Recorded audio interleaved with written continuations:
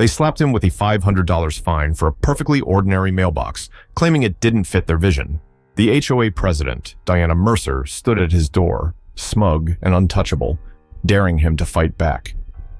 "You're either with us or against us," she declared, certain her authority was absolute. What Diana didn't realize was that Elliot Hayes wasn't just another homeowner she could intimidate. Armed with an unshakable resolve and a plan no one saw coming, he turned the HOA's own rules against them. What happened next left the entire neighborhood cheering, and Diana scrambling to salvage her reputation. But let's start at the beginning. Maplewood was a place where the mornings smelled of fresh-cut grass, and evenings were punctuated by the gentle hum of sprinklers. Elliot Hayes loved everything about his quiet suburban neighborhood, his modest two-story home with the big oak tree in the front yard, his carefully tended garden brimming with tulips and lavender, and, of course, the peace that came with knowing he had worked hard for all of it. So, imagine his surprise when one crisp autumn morning, a bright pink envelope caught his eye amidst the usual pile of mail.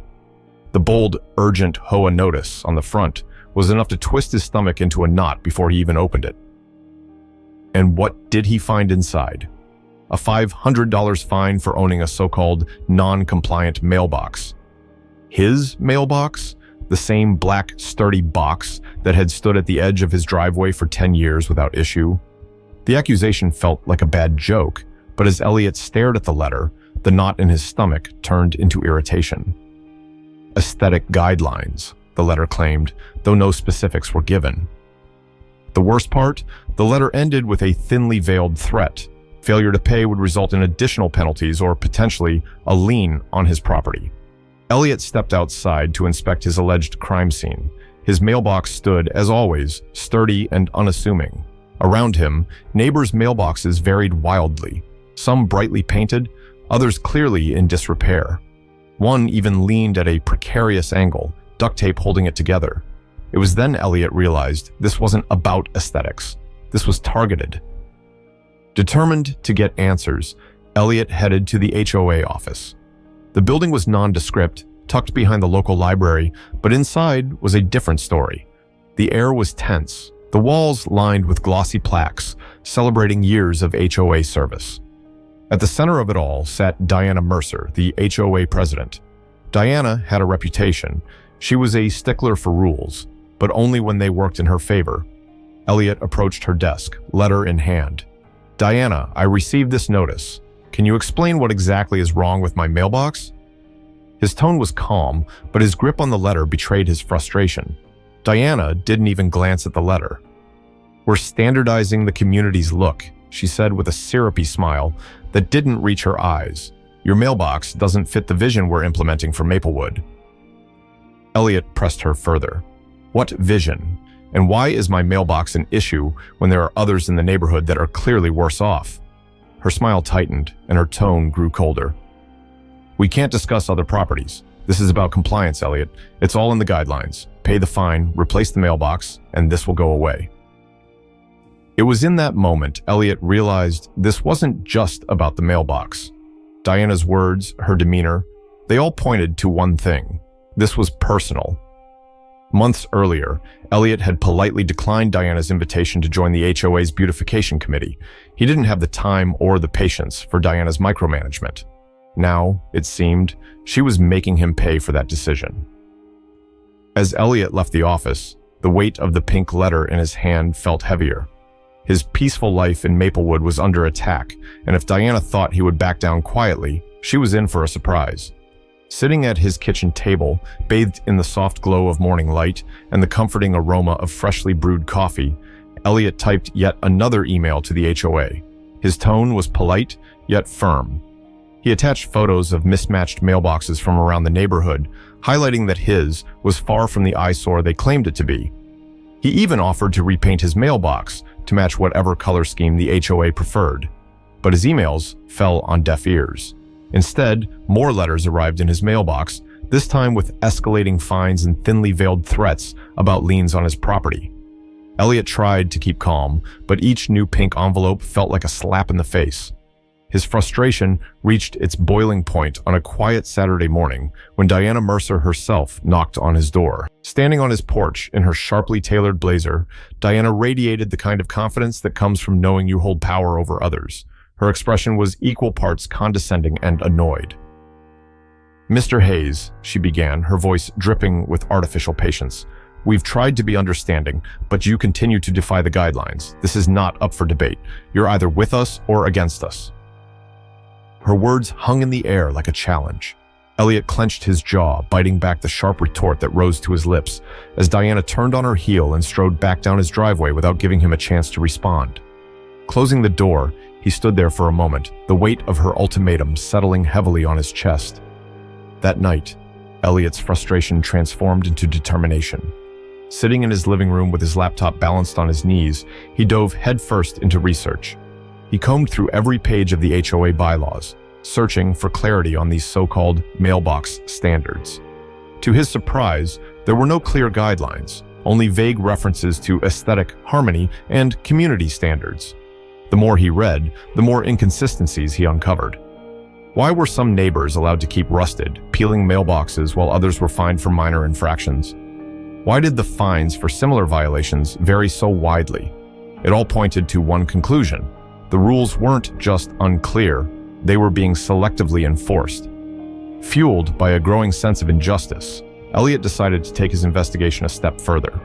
The next day, he began knocking on doors, starting with his elderly neighbor, Mrs. Clark. Her warm smile turned sour the moment he mentioned the HOA.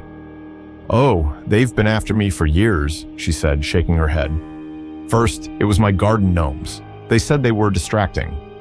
Then, they fined me for having my trash bins out an hour early. Diana thinks she owns this neighborhood." Elliot's conversations with other neighbors painted a similar picture. False fines, arbitrary rules, and an overall air of intimidation. It wasn't just about mailboxes, it was about control. Diana had built her little empire, and anyone who dared to question her was promptly put in their place. Elliot realized he wasn't just fighting for his own peace of mind, he was fighting for everyone in the neighborhood who had been bullied into submission. As he returned home that evening, his resolve was stronger than ever. If Diana wanted a battle, she was about to get one. Elliot sat at his cluttered desk late one evening, a single lamp casting its golden glow across a sea of sketches and notes. His frustration had finally morphed into something more powerful, a plan. If Diana Mercer and the HOA wanted a compliant mailbox, they were about to get one that not only met the standards, but went above and beyond in a way no one would forget. Over the next few days, Elliot dove headfirst into the project. His garage became his workshop, the air filled with the hum of power tools and the sharp smell of freshly cut wood. It wasn't just a mailbox he was building, it was a statement, a bold declaration that rules, when weaponized, could become utterly ridiculous. Elliot's design was a stroke of genius. The mailbox would stand 10 feet tall, towering over every other mailbox on the street, painted in HOA-approved beige with a glossy finish. Solar-powered lights would illuminate it at night, ensuring it was visible 24/7, while a reflective surface on its sides added a futuristic touch. To top it off, Elliot mounted a miniature American flag that fluttered proudly in the breeze. The pièce de résistance, however, was a brass plaque at the base, etched with the words, "Approved by Diana Mercer, HOA President." Neighbors began to take notice of the construction. Curious faces peeked out from windows, and a few brave souls stopped by to ask what on earth he was building. Elliot would simply smile and say, "You'll see soon enough." The air was thick with anticipation. Finally, the day arrived. Under the clear blue sky, Elliot wheeled his masterpiece out to the edge of his driveway. The towering mailbox gleamed in the sunlight, every detail meticulously crafted to perfection. As he secured it in place, a small crowd of neighbors began to gather, their murmurs turning into audible gasps and laughter as they took in the sight. "Is that a mailbox?" someone asked, barely able to contain their amusement. Elliot grinned. Not just any mailbox, the most compliant mailbox in Maplewood. The response was immediate and electric. Laughter and cheers erupted as more neighbors joined the spectacle. Phones were whipped out, cameras flashing as everyone scrambled to capture the moment. The absurdity of the towering mailbox was impossible to ignore. It was both a hilarious joke and a cutting critique of HOA overreach. Even local news reporters caught wind of the story. By evening, a news van was parked outside Elliot's house, and a reporter was interviewing him on his front lawn. "So, what inspired this?" she asked, gesturing toward the mailbox. Elliot's response was simple but impactful. "Sometimes, the best way to challenge unfair rules is to follow them so perfectly that it exposes just how unreasonable they are." As the segment aired that night, Elliot's mailbox became a symbol of quiet rebellion against arbitrary authority. Messages of support flooded in from across the country, with people sharing their own stories of HOA struggles. For Elliot, the mailbox wasn't just a victory. It was a reminder that creativity and determination could turn even the pettiest of conflicts into something truly unforgettable. Elliot sat at his desk, surrounded by stacks of printed emails, photographs, and notes from neighbors who had endured years of unfair treatment under Diana's rule. The hum of the ceiling fan above was the only sound in the room, but Elliot's mind was anything but quiet. The towering mailbox might have turned heads and sparked laughter, but he knew that a true victory would require more than a clever stunt.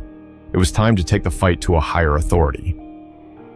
With careful precision, Elliot drafted a formal complaint to the state's HOA regulatory board. He outlined every inconsistency he had uncovered, from selective enforcement of rules to inflated fines. Attached were testimonials from neighbors who shared their stories. Mrs. Clark, who was fined for planting flowers outside the approved color palette. The Johnsons, who received a warning for a barbecue grill that was allegedly visible from the street. Each case painted a picture of an HOA less interested in community well-being and more focused on consolidating Diana's control. The response from the regulatory board was swift. Within days, they launched an investigation requesting records and financial statements from the HOA. At the same time, Elliot's story began gaining traction online. A video of his towering mailbox, complete with the plaque bearing Diana's name, went viral, and soon advocacy groups and even legal experts were reaching out, offering advice and support. The pressure on Diana and the HOA was palpable, but instead of backing down, Diana chose to escalate. A week later, Elliot received notice of a lawsuit filed against him for defamation and violating HOA aesthetics. The sheer audacity of the claim left him momentarily speechless. Violating aesthetics? After the HOA had practically dared him to comply in the most exaggerated way possible? But Elliot wasn't alone in his fight. With the help of a sharp-witted lawyer named Rachel Cooper, he began preparing his defense. Rachel was known for her no-nonsense approach, and she quickly saw through Diana's attempt to silence Elliot. "If they want to play games," Rachel said with a smirk, "we'll show them how the rules really work." The turning point came during the discovery process when Rachel subpoenaed the HOA's financial records. What they uncovered was staggering. Diana had been using HOA funds for personal expenses, disguising them as community projects. Payments for landscaping services had been routed to a company owned by her brother. Office supply expenses included lavish furniture for Diana's home office. Even the community's annual picnic had been funded at triple the necessary cost, with much of the money unaccounted for. When the findings were presented to the HOA board, the room fell silent. Board members, some of whom had turned a blind eye to Diana's behavior for years, now scrambled to distance themselves from her. Within days, Diana was removed as president, and a public statement was issued acknowledging the misuse of funds. As part of the fallout, all fines issued under Diana's leadership, including Elliot's, were declared invalid. The state regulatory board imposed sanctions on the HOA, mandating reforms to ensure transparency and fairness going forward. For the first time in years, the neighborhood felt a glimmer of hope. Elliot stood in his driveway, watching as a team of workers dismantled the mailbox that had become both a symbol of resistance and a lightning rod for change. Neighbors approached him one by one, some with laughter, others with heartfelt thanks. Even Mrs. Clark, who had once been wary of speaking out, embraced Elliot warmly. "You did it," she said, tears in her eyes. "You stood up for all of us." And as Elliot looked out at his street, no longer shadowed by Diana's overreach, he felt a deep sense of accomplishment.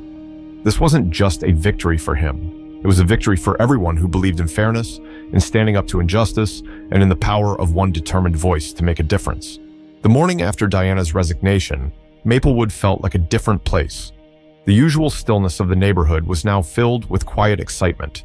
Neighbors, once hesitant to even wave at each other for fear of breaking some unwritten HOA rule, now gathered in small groups, chatting animatedly about what had happened. Elliot stood on his porch, a steaming mug of coffee warming his hands. He watched as Mrs. Clark and Mr. Johnson walked by, giving him a thumbs up and a bright, "Good morning, Elliot." He smiled, lifting his mug in return. It was a small gesture, but one that spoke volumes. The fear that had loomed over the community was finally lifting. Over the following weeks, residents banded together to take control of their HOA. New elections were held, and for the first time in years, transparency became the focus.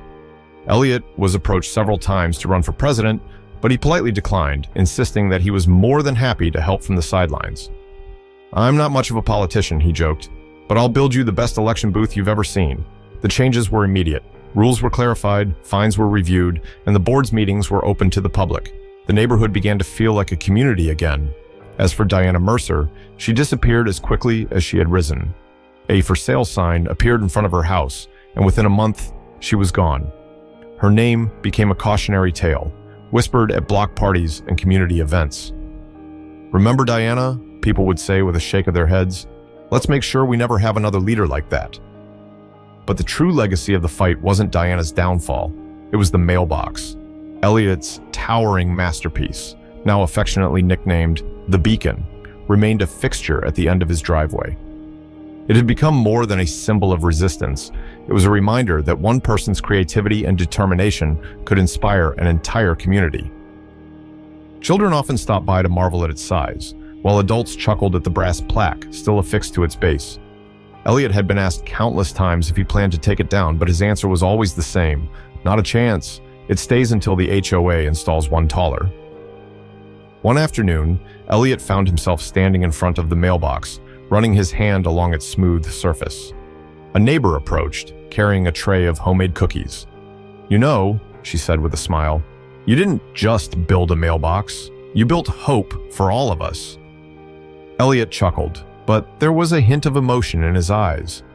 "It's funny," he said, "how something so small, well, relatively speaking, can make such a big difference."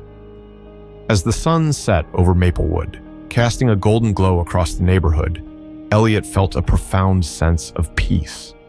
His life had returned to the quiet rhythm he cherished, but now it was filled with something more, a sense of purpose and connection.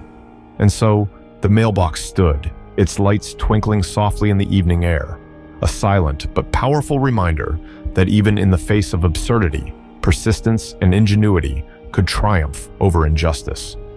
For Elliot and his neighbors, it wasn't just a victory, it was a new beginning,